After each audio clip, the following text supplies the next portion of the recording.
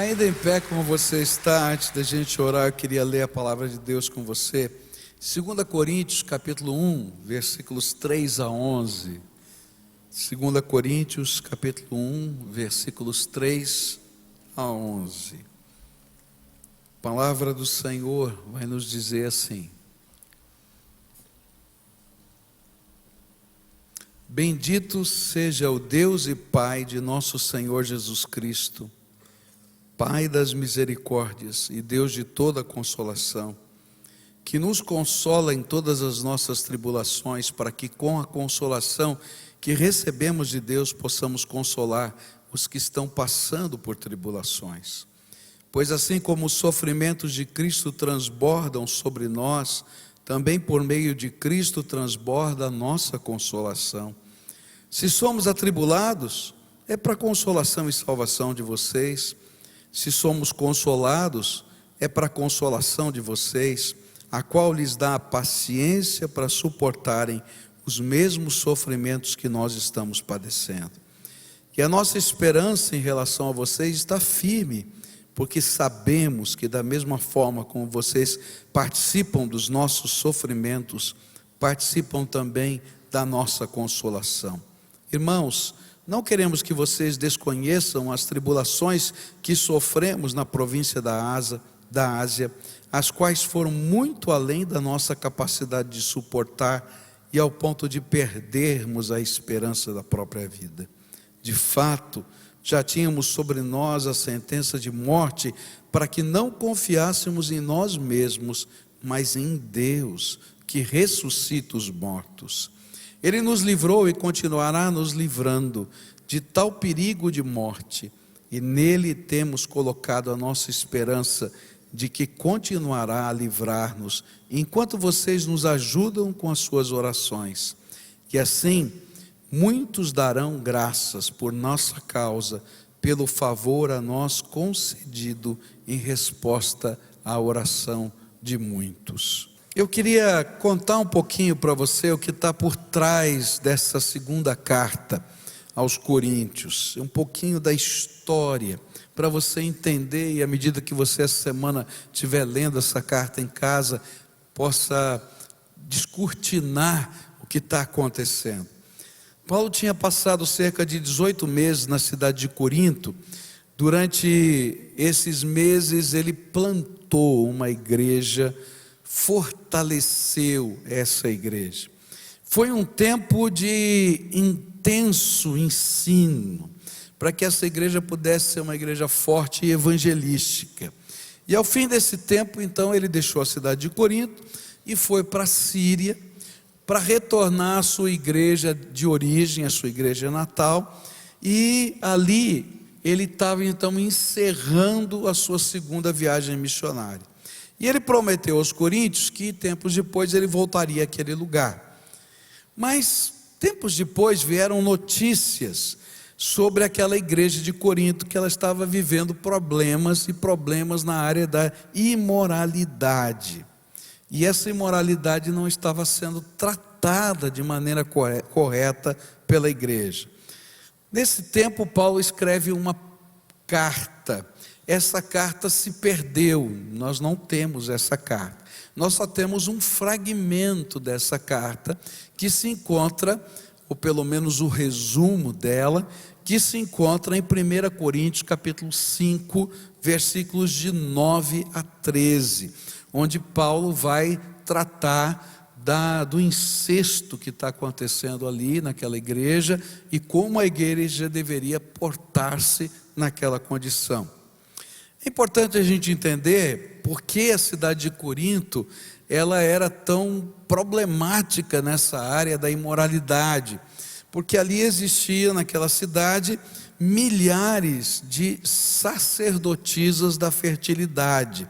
Era uma cidade promíscua nesse sentido, tanto que se criou um verbo na língua grega chamado corintianizar, né? Não é virar corintiano não, é corintianizar, e esse verbo significa cometer atos obscenos ou imorais, ou se prostituir.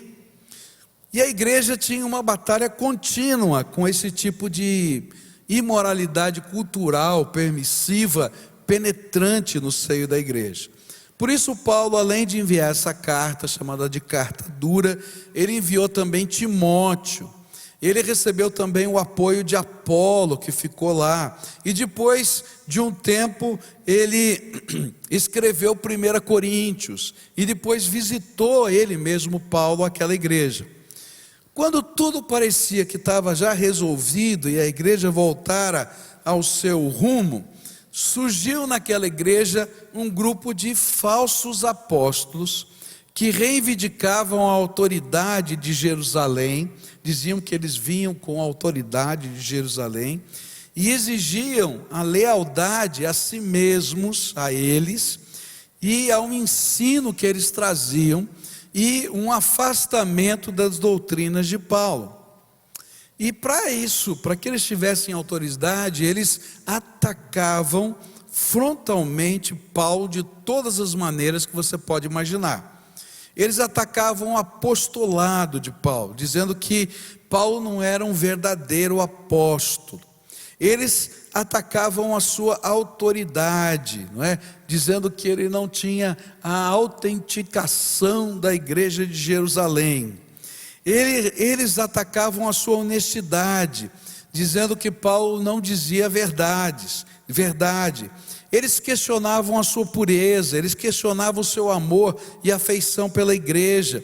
Eles acusavam Paulo de desviar o dinheiro que tinha sido levantado em oferta para dar aos pobres de Jerusalém, e que ele teria colocado no seu bolso esse dinheiro. E até as lutas e os sofrimentos que Paulo vivia na proclamação do Evangelho eram motivo de críticas, dizendo: está vendo? Deus está castigando esse homem. Estavam fazendo tudo isso para destruir o apóstolo.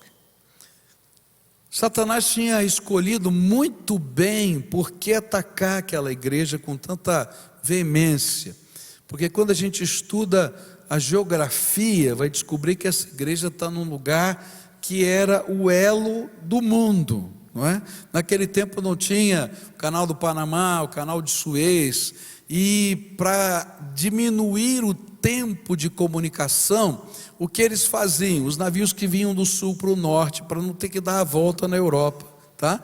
O que eles tinham que fazer? Eles cruzavam o istmo de Corinto. Como é que era feito? Lembra que os navios daquele tempo eram de madeira, né? E não eram grandes embarcações.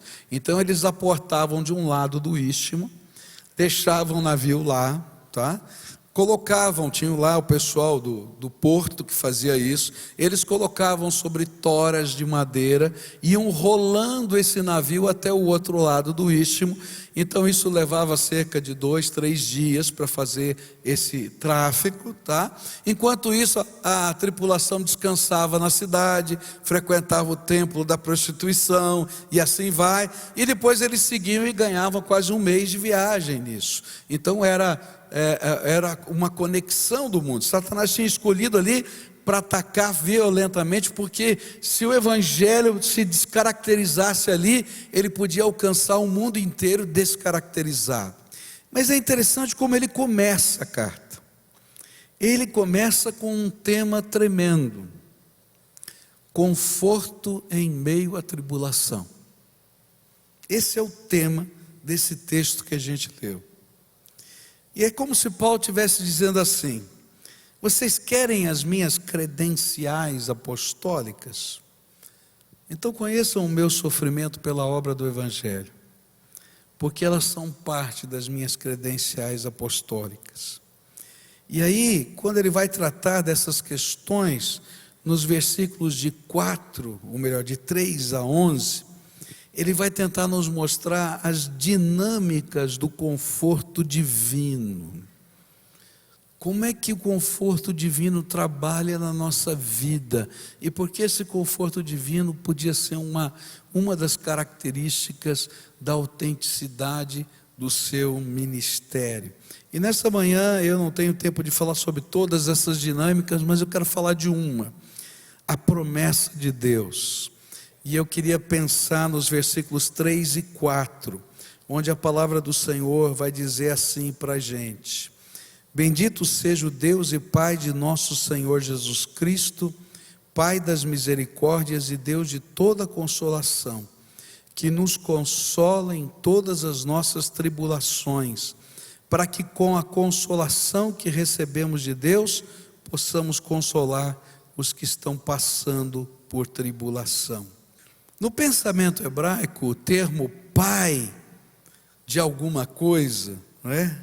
Ou de um bem, tem o sentido de que essa pessoa tem a capacidade de originar, de criar, de gerar aquilo que está sendo dito que ele é pai. Por exemplo, Satanás é o pai do quê? Da mentira. E Deus é o pai da misericórdia. Assim, o que Paulo está dizendo é que Deus pega da sua própria natureza e distribui misericórdia, consolo, conforto. O Pai da misericórdia, o Deus de toda consolação, está trabalhando isso na minha vida. A palavra de Deus vai nos ensinar que Deus, na sua graça, Ele nos dá o que a gente não merece, que é salvação. E Ele não nos dá o que a gente merece. Isso é misericórdia, quando Ele segura, não é, a consequência ou o julgamento sobre a nossa vida. Por isso, a Bíblia vai dizer em Lamentações 3, verso 22, as misericórdias do Senhor são a causa de não sermos consumidos, porque a sua misericórdia não tem fim. Paulo está dizendo, olha, eu tenho muita luta, muita tribulação, vocês são uma delas, mas a prova de que eu sou um apóstolo do Senhor é que o Deus que é Pai da misericórdia e Deus da consolação está comigo todo dia. Isso tem a ver com a sua natureza e tem a ver com a sua promessa. E é interessante que essa palavra, consolação ou conforto, vem de duas palavras latinas na língua portuguesa. E simples da gente entender. O que é conforto? Com força. Com força. E essa palavra, o que ela quer dizer para a gente?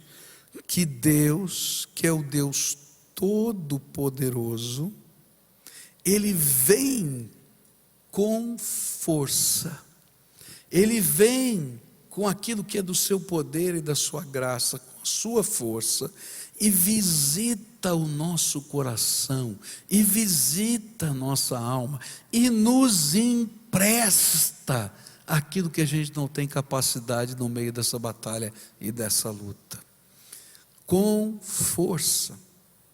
Isso no latim, mas na língua grega, essa palavra é a mesma que é traduzida, ou que é usada para identificar o Espírito Santo em João 14, 15 e 16, que é o Paráclito, o Consolador. E essa palavra quer dizer aquele que está ao nosso lado para ajudar. Então, o que Paulo está tentando dizer para a gente é que o Deus que é Pai da misericórdia e Deus de todo conforto, de toda consolação, é aquele que deixa o seu trono lá no céu, para andar no meio das batalhas aqui conosco, aqui na terra, e aplicar sobre a nossa alma a sua força, e ficar do nosso ladinho para nos ajudar no meio das lutas e das tribulações. Lembra da promessa de Jesus? Eis que estou convosco todos os dias até a consumação dos séculos. Por isso, Ele prometeu que Ele mandaria o seu Espírito Santo, que Ele não nos abandonaria, que Ele, que tem recursos ilimitados, estaria derramando graça sobre a nossa vida, que Ele seria o suprimento de todas as nossas necessidades, que Ele seria o Deus que estaria conosco no meio das batalhas. E quando Paulo está falando a respeito disso, queridos, ele não está falando só teologicamente, não, ele está falando de experiência própria. E ele estava tentando ensinar isso para aquele povo. E estava dizendo: olha, você está perguntando qual é a prova do meu apostolado? Deus anda comigo. E se você não é capaz de enxergar os milagres de Deus no meio das batalhas, então tem alguma coisa errada de você caminhar com Deus, porque Ele está lá. E aí nesse mesmo texto, nessa mesma carta, ele vai falar a respeito dessas batalhas. E ele diz assim, capítulo 1, versículos 8 e 9: irmãos, não queremos que vocês desconheçam as tribulações que sofremos na província da Ásia, as quais foram muito além da nossa capacidade de suportar, ao ponto de perdermos a esperança da própria vida. De fato, já tínhamos sobre nós a sentença de morte, para que não confiássemos em nós mesmos, mas em Deus que ressuscita os mortos. Ele diz assim: olha, eu passei por algumas lutas violentas, tão violentas, que um dia eu me desesperei. Eu acho que ele diz: acabou, não tem jeito. Você já pensou assim? Não tem jeito? Aí o Deus que é Pai da misericórdia e Deus de toda consolação vai visitar Paulo nessa condição. É disso que ele está falando. E para a gente poder entender do que ele está falando, lá no capítulo 11, versículos 24 a 28, ele faz uma listinha de algumas tribulações. Dá uma olhada nessa lista. 5 vezes recebi dos judeus 39 açoites. 3 vezes fui golpeado com varas. 1 vez fui apedrejado. 3 vezes sofri naufrágio. Passei uma noite e um dia exposto à fúria do mar. Ele sabia que ia naufragar, porque Deus tinha dado uma revelação. Deus falou para ele: ó, come um pouco aí, fala para o povo comer, porque vocês vão naufragar. Mas eu imagino que quando ele naufragou, ele pensou assim: Senhor, o Senhor vai mandar livramento daqui 1 hora, daqui 2. Olha só, 1 noite e 1 dia exposto à fúria do mar. Estive continuamente viajando de uma parte a outra, enfrentei perigos nos rios, perigos de assaltantes, perigos dos meus compatriotas, perigos dos gentios, perigos na cidade, perigos no deserto, perigos no mar, perigos dos falsos irmãos. Trabalhei arduamente muitas vezes, fiquei sem dormir, passei fome e sede, muitas vezes fiquei em jejum, suportei frio e nudez, e além disso, enfrentando diariamente uma pressão interior, a saber, a minha preocupação com todas as igrejas. Quem está fraco que eu não me sinta fraco? Quem não se escandaliza que eu não me queime por dentro? Eu sou gente, eu sou humano, sou de carne e osso. Mas eu conheço o Pai das misericórdias e o Deus de toda consolação, que me consola e que anda comigo. E é por causa do Senhor que ele ainda vai dizer no capítulo 4, versículos 8 a 12, eu vou só ler o versículo 8 e 9. De todos os lados somos pressionados, mas não desanimados. Ficamos perplexos, mas não desesperados. Somos perseguidos, mas não abandonados. Abatidos, mas não destruídos. Porque eu tenho um Pai da misericórdia, um Deus de toda consolação, que deixa o seu trono para andar comigo, que pega a sua força e joga dentro da minha alma,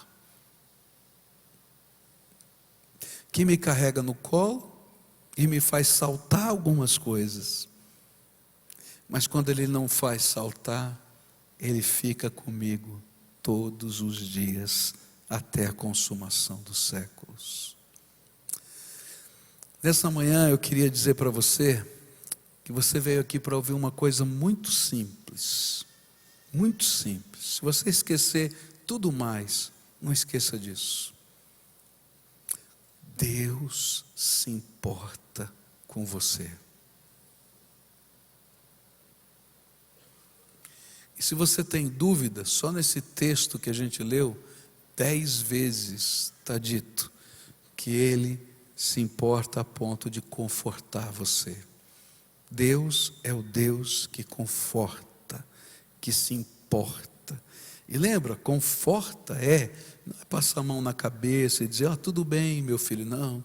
É impartir, dividir a força. É colocar a sua graça, o seu poder, a sua misericórdia, a sua presença na tua vida. É andar com você e caminhar com você todo dia. Tem uma velha canção, não é? Que tem tudo a ver com aquilo que a gente está pensando aqui nessa manhã. Ele diz assim: se as águas do mar da vida quiserem te afogar, faz o quê? Segura na mão de Deus e vai. É o Deus do conforto. Se os conflitos da vida, se as batalhas, Ele está do teu lado. Segura na mão de Deus e vai. Nesta manhã eu queria terminar essa mensagem orando com você. Talvez você tenha chegado aqui com um monte de angústias na alma, medos. Satanás gosta de dizer para a gente que Deus não está vendo, que Deus não está ouvindo, que Deus não está respondendo. É tão forte isso que eu tenho que ouvir eu mesmo pregando para Deus dizer, está vendo, filho, já te falei. E às vezes Ele tem que lembrar a gente coisas que Ele já ensinou para a gente. E Satanás às vezes fica falando para a gente, olha, não se importa não está te ouvindo, não tem resposta. Enquanto que o Espírito de Deus está dizendo, eu moro no teu coração, habito em você, nunca te deixei, nem vou te abandonar, porque você é filho amado meu. Está no meio da batalha, quem sabe você está no meio do mar revolto, o navio afundou e você está boiando, e dizendo, Senhor, e agora? O Senhor está lá com a gente, do ladinho da gente, repartindo conosco a força que eu não tenho.